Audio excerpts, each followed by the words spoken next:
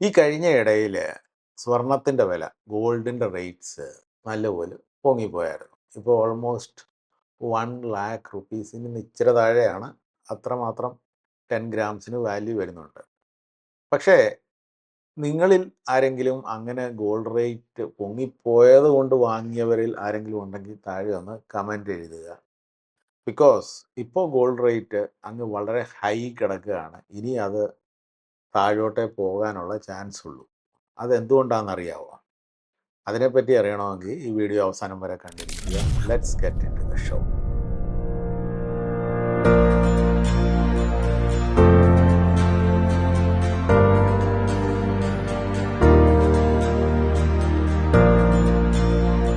നമ്മുടെ മെയിൻ ടോപ്പിക്കിലേക്ക് വരുന്നതിന് മുമ്പ് ഒരു പ്രേക്ഷകൻ്റെ ഒരു ചോദ്യമുണ്ട്. അതിന് മറുപടി പറഞ്ഞിട്ടാണ് നമുക്ക് അങ്ങോട്ട് പോകും.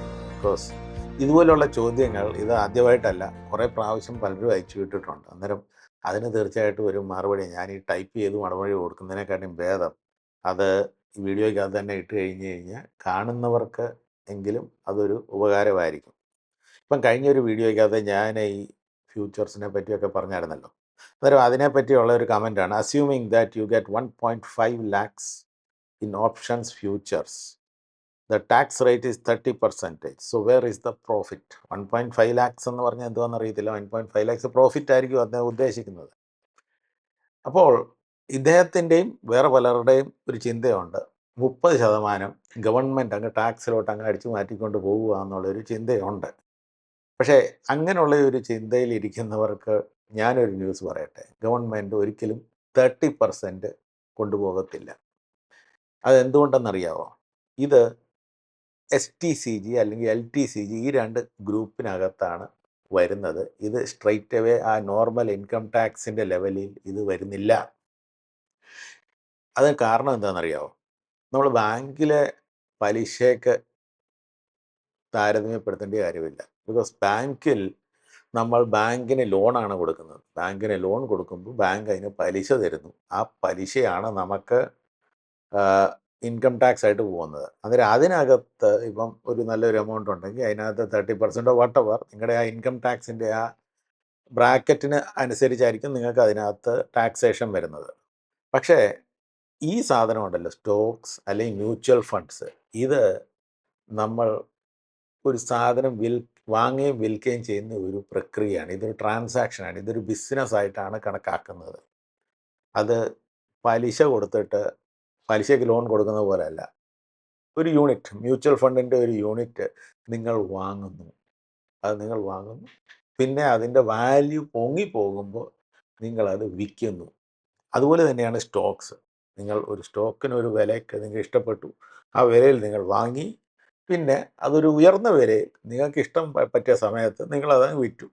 ഇപ്പം അത് താണ വിലയെ വിറ്റ് കഴിഞ്ഞ് കഴിഞ്ഞാൽ നിങ്ങൾക്ക് നഷ്ടം വരുന്നു. അത് യൂണിറ്റ് ആയാലും സ്റ്റോക്ക് ആയാലും. സോ അതൊരു ബിസിനസ്സായിട്ടാണ് കൺസിഡർ ചെയ്യുന്നത്. അന്നേരം അതിനകത്ത് ക്യാപിറ്റൽ ഗെയിനിൻ്റെ അണ്ടറിലാണ് വരുന്നത്, അല്ലാതെ നോർമൽ ഇൻകം ടാക്സിൻ്റെ അണ്ടറിലല്ല വരുന്നത്. ക്യാപിറ്റൽ ഗെയിനകത്ത് രണ്ട് തരം ക്യാപിറ്റൽ ഗെയിൻ ഉണ്ട്. ഷോർട്ട് ടേം ക്യാപിറ്റൽ ഗെയിൻസ് ഉണ്ട്, ലോങ് ടേം ക്യാപിറ്റൽ ഗെയിൻസ് ഉണ്ട്. അതിൻ്റെ അനുസരിച്ചാണ് നിങ്ങളുടെ ടാക്സേഷൻ നടത്തുന്നത്. Long term capital gains is any asset you held for more than 1 year.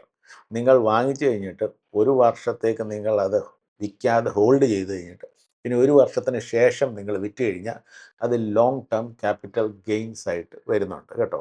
അതുപോലെ തന്നെ ഷോർട്ട് ടേം ക്യാപിറ്റൽ ഗെയിൻസ് വരുന്നത് ഒരു വർഷത്തിനുള്ളിൽ നിങ്ങൾ അസറ്റ് വിറ്റ് കഴിഞ്ഞാൽ അത് ഷോർട്ട് ടേം ക്യാപിറ്റൽ ഗെയിൻസ് വരുന്നുണ്ട്. ഈവൻ ഷോർട്ട് ടേം ക്യാപിറ്റൽ ഗെയിൻസിൽ നിങ്ങൾ വിറ്റ് കഴിഞ്ഞാൽ ഒരു എക്സ് ലാഭം കിട്ടും. ഇദ്ദേഹം പറഞ്ഞ പോലെ 1.5 lakhs റുപ്പീസ് നിങ്ങൾക്ക് ലാഭം കിട്ടിയെന്ന് വിചാരിച്ചോ. അന്നേരം അതിനകത്ത് നിങ്ങൾ എത്രയാണ് നിങ്ങൾക്ക് ടാക്സ് പോകുന്നത്? 20% ടാക്സ് ആണ്. അത് 30,000 റുപ്പീസ് ടാക്സ് ആണ്. അതിൻ്റെ അർത്ഥം നിങ്ങൾക്ക് പോസ്റ്റ് ടാക്സ് നിങ്ങൾക്ക് 1,20,000 റുപ്പീസ് നിങ്ങൾക്ക് കിട്ടുന്നുണ്ട്. എന്നാൽ LTCGക്ക് വേറെ ട്രീറ്റ്മെൻറ്റാണ്. LTCGക്ക് നിങ്ങൾ എത്ര ലാഭം കിട്ടുന്നുണ്ടോ അതിനകത്തുനിന്ന് 1.25 ലക്ഷം ഓർ 1,25,000 റുപ്പീസ് അത് എക്സംപ്റ്റ് ആകുകയാണ് സ്ട്രൈറ്റ് വേ. ഇപ്പോൾ 1.5 ലക്ഷം രൂപയുടെ നിങ്ങളുടെ ട്രാൻസാക്ഷൻ ആണെങ്കിൽ അന്നേരം എക്സംപ്റ്റ് ആയി കഴിയുമ്പോഴത്തേക്ക് നിങ്ങൾക്ക് എത്ര കാശ് കിട്ടുന്നുണ്ട്? നിങ്ങൾക്ക് 3,125 ടാക്സ് കൊടുത്താൽ മതി. അല്ലാതെ വേറെ ഒന്നും കൊടുക്കേണ്ട കാര്യമില്ല. ബിക്കോസ് 25,000 റുപ്പീസിന് ടാക്സ് കൊടുത്താൽ മതി, 1,25,000 ടാക്സ് കൊടുക്കണ്ട. 25,000-ൻ്റെ 12.5% ആണ് LTCGയുടെ ടാക്സ് റേറ്റ്. അല്ലാതെ STCGക്ക് 20 പോലും വരുന്ന പോലും, ഇൻകം ടാക്സിന് 30 വരുന്ന പോലും അങ്ങനെ ഒന്നുമില്ല. ഇതിങ്ങനെയാണ് 12.5% ടാക്സ് കൊടുത്താൽ മതി, എനിത്തിങ് ഓവർ 1.25 lakhs. ഇത് നിങ്ങൾക്ക് എല്ലാവർക്കും മനസ്സിലായെന്ന് തോന്നുന്നു. അങ്ങനെ നിങ്ങൾ ആ ഒരു തെറ്റിദ്ധാരണയിലിരിക്കരുത്, നമ്മൾ സ്റ്റോക്സിനകത്ത് എത്ര ലാഭം ഉണ്ടാക്കിയാലും 30% ഗവൺമെൻറ് കൊണ്ടുപോകുന്നുള്ള ആ ചിന്തയിൽ നിങ്ങൾ ഇരിക്കേണ്ട കാര്യം ഇല്ല. ഒരു പ്രേക്ഷകൻ്റെ ചോദ്യം ഉണ്ടായിരുന്നു, സിംഗപ്പൂർ റിസർവ് വോൾട്ട് എന്ന് പറഞ്ഞൊരു സ്ഥലമാണ്. മീഡിയ വണ്ണിൻ്റെ റിപ്പോർട്ടിനെ ഉദ്ധരിച്ചുകൊണ്ടാണ് അദ്ദേഹം എന്നോട് ചോദിച്ചത്, ഈ റിസർവ് വോൾട്ടിലേക്ക് അനേക ധനാഢ്യന്മാർ പോയി അവരുടെ സ്വർണം പോയി നിക്ഷേപിക്കുന്നുണ്ട്. അന്നേരം ലോകത്തിൽ എന്തെങ്കിലും പ്രശ്നം വരാൻ ചാൻസ് ഉണ്ടോ എന്നുള്ളൊരു ചോദ്യത്തിലായിരിക്കും അദ്ദേഹം എന്നോട് ചോദിച്ചത്. അതെന്തുകൊണ്ടാണ് നടക്കുന്നത്, അല്ലെങ്കിൽ ഇത് ശരിയാണോ, ഇതെങ്ങനെയാണെന്നുള്ള കാര്യമാണ്. ഞാനും പോയി കണ്ടിട്ടുള്ള കാര്യമാണ് ഈ റിസർവ് വോൾട്ട്. അത് അകത്ത് പോയി കണ്ടിട്ടില്ല, വെളിയിൽ നിന്ന് തന്നെ കണ്ടിട്ടുള്ളൂ. അന്നേരം അവിടെ ഈ ശേഖരിച്ച് വെക്കുന്നത് എല്ലാം സ്വർണം തന്നെയല്ല, വേറെ പല കാര്യങ്ങളും കൂടെ ശേഖരിച്ച് വെക്കാം. സിൽവറോ മറ്റേ എന്താണെന്ന് പറഞ്ഞാലും ഇറ്റ്സ് ബേസിക്കലി നമ്മുടെ ബാങ്കിനകത്ത് ലോക്കർ സിസ്റ്റം പോലുള്ള സാധനമാണ്. പിന്നെ സിംഗപ്പൂർ ഒരു സേഫ് കൺട്രി ആണെന്നുള്ള ഒരു ചിന്തയിലാണ് കൊണ്ടുവെക്കുന്നത്. അത് നമ്മളെപ്പോലെയല്ല, ഇന്ത്യക്കാർക്ക് കുറേ സ്വർണ്ണം ഉണ്ടെന്ന് വിചാരിച്ചു നമ്മൾ സിംഗപ്പൂരിൽ കൊണ്ടുവെക്കേണ്ട കാര്യമൊന്നുമില്ല. ഇന്ത്യൻ ഗവൺമെൻറ്റും ഇന്ത്യൻ ബാങ്ക്സും ആവശ്യം പോലെ സെക്യൂരിറ്റി തരുന്നുണ്ട്. അന്നേരം സിംഗപ്പൂരിൽ കൊണ്ട് ഡെപ്പോസിറ്റ് ചെയ്യേണ്ട കാര്യം, അല്ലെങ്കിൽ അവിടെ സേഫായിട്ട് വെക്കേണ്ട കാര്യം എന്താണെന്ന് നമ്മൾ ഒരു ചോദ്യം വരാം. അതാരാണ് കൊണ്ട് വെക്കുന്നതെന്നുള്ള കാര്യം നമ്മളൊന്ന് അറിഞ്ഞു കഴിഞ്ഞാൽ മനസ്സിലാകും.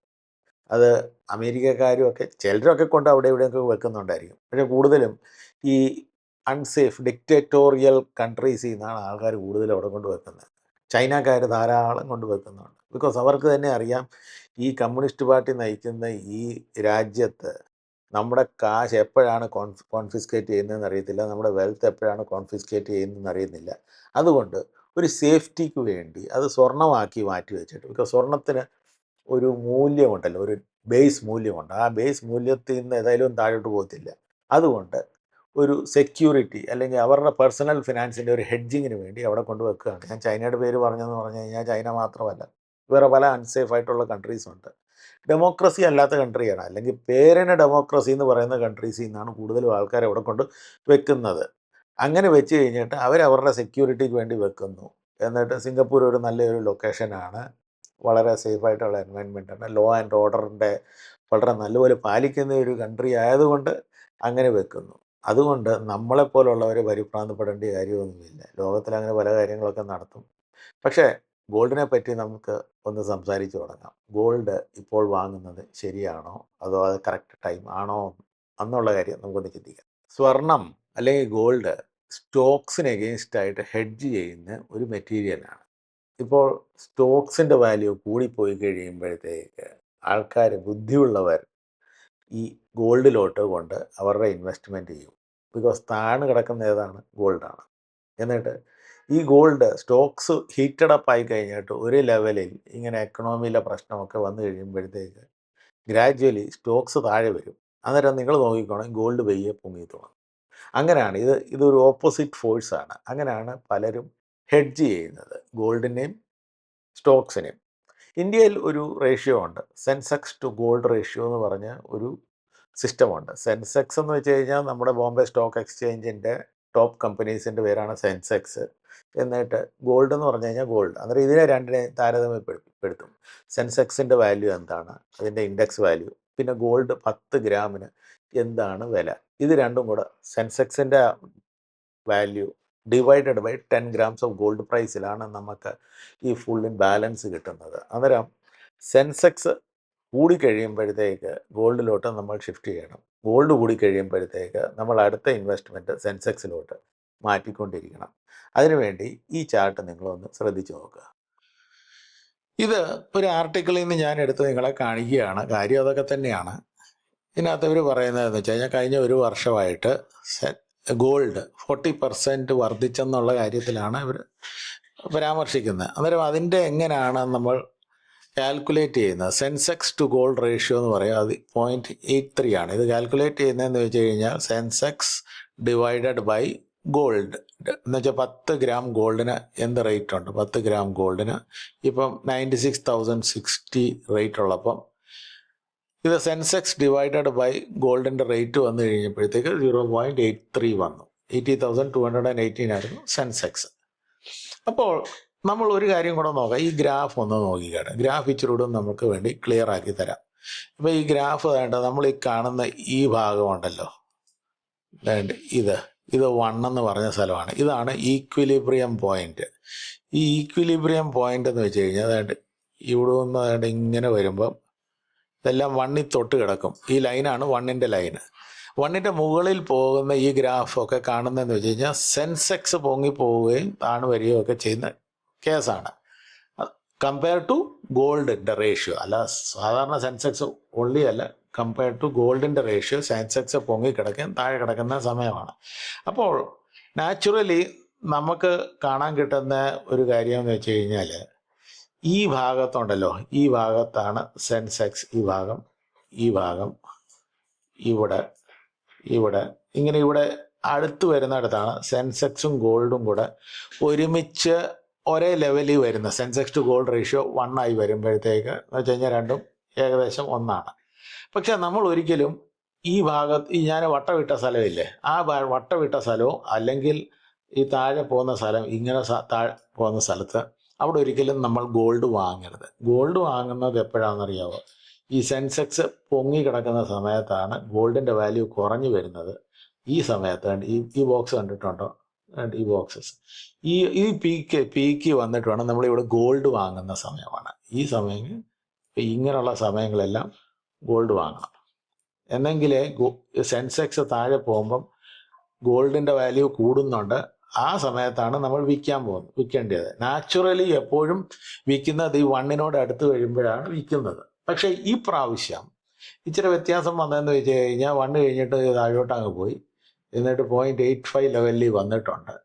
അങ്ങനെ ഇതെന്ന് വെച്ച് കഴിഞ്ഞാൽ അതിഭയങ്കരമായ ലാഭത്തിൽ കിടക്കുകയാണ്. പക്ഷേ ഇത് നമ്മൾ നോക്കിക്കഴിഞ്ഞ് കഴിഞ്ഞാൽ ഇത് തിരിച്ച് വളഞ്ഞ് ഇങ്ങനെ വരുന്ന കണ്ടിട്ടുണ്ടോ? അന്നേരം ഇത് തിരിച്ച് അങ്ങോട്ടങ്ങ് പോകും, വടക്കോട്ടങ്ങ് പോകും. എന്നിട്ട് അത് പിന്നെ സെൻസെക്സ് അഡ്വാൻറ്റേജ് ആയിട്ട് അങ്ങോട്ടങ്ങ് പോകും. അന്നേരം പിന്നെ നമ്മൾക്ക് ഗോൾഡ് മുകളിൽ ചെന്ന് കഴിഞ്ഞാൽ വാങ്ങാം. 1ന് താഴെ കിടക്കുമ്പോൾ നമ്മളിത് വാങ്ങരുത്. അതാണ് ഈ ചാർട്ടിൻ്റെ അർത്ഥം. ഏത് വസ്തുവിനും ഡിമാൻഡ് കൂടി കഴിയുമ്പോഴത്തേക്ക് നാച്ചുറലി അതിൻ്റെ പ്രൈസ് പൊങ്ങിപ്പോകും. ഈ സമയത്ത് ഗോൾഡിന് നല്ല ഡിമാൻഡാണ്.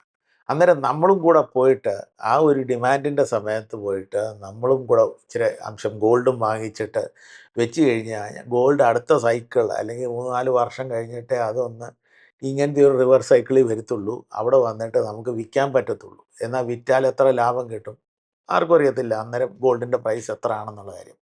എന്നാൽ ഇച്ചിരൂടെ നല്ല സമയമെന്ന് വെച്ച് കഴിഞ്ഞാൽ സ്റ്റോക്സ് നല്ലപോലെ പൊങ്ങിക്കിടക്കുന്ന സമയത്താണ് ഗോൾഡിന് ഇടിവ് വരുന്നത്. ആ സമയത്ത് പോയി മിടുക്കന്മാർ ഗോൾഡ് വാങ്ങണം. ബിക്കോസ് ഗോൾഡ് ഇടിഞ്ഞു കിടക്കുന്ന സമയത്താണ് നമ്മൾ വാങ്ങേണ്ടത്. വാങ്ങിക്കഴിഞ്ഞിട്ട് നമ്മൾ ശേഖരിച്ചിട്ട് അത് സമാധാനമായിട്ട് വെച്ചോണം. പിന്നെ സ്റ്റോക്സ് പിന്നെ താഴെ പോകുന്ന സമയത്ത് ഇവരൊരു ക്രോസ് ഓവർ ചെയ്യും. പിന്നെ ഗോൾഡിന് ഡിമാൻഡ് കൂടും, എന്നിട്ട് അതിൻ്റെ റേറ്റ് കൂടും.